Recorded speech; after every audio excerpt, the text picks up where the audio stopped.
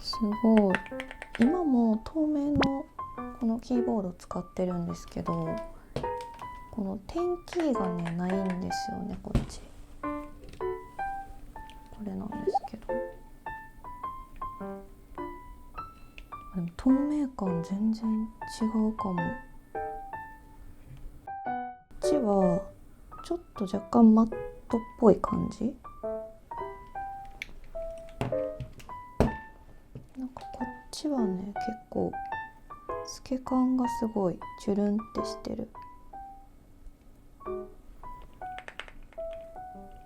あとここのなんか角みたいなところ、こっちはね結構ここが丸いので当たる感じがすごい優しい